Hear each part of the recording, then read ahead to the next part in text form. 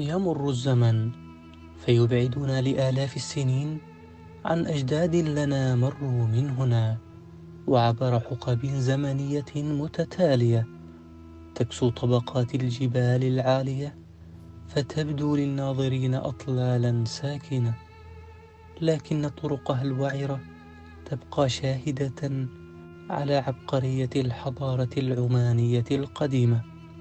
وفي كل زاوية من زوايا هذه الجبال قصة ترسم لنا فصلا من فصول التاريخ العماني العريق.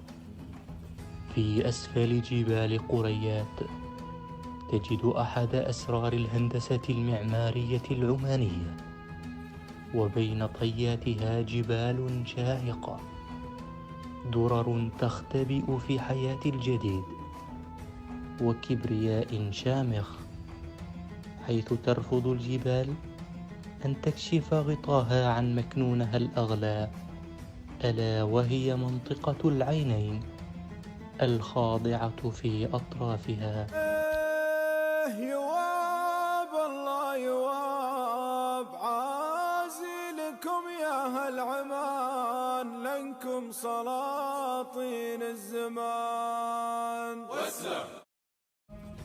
قرية العينين تقع في ولاية قريات بمحافظة مسقط، تحيط بها جبال شاهقة من جهة الغرب، وتجاورها من جهة الشمال قرية المعلى، ومن جهة الجنوب قرية عفا.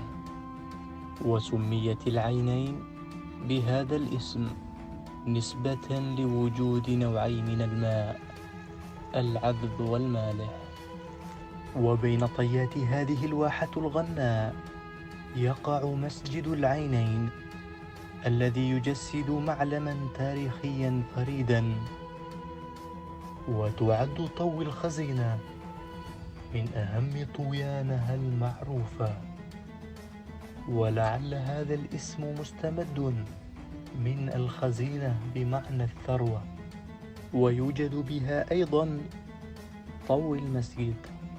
ويمارس أبناء هذه المنطقة العريقة مهنتي الزراعة وصناعة السعفيات بمختلف أشكالها وغيرها من المهن التقليدية. يواب الله يواب عازلكم يا أهل عمان، لنكم سلاطين الزمان. واسلم.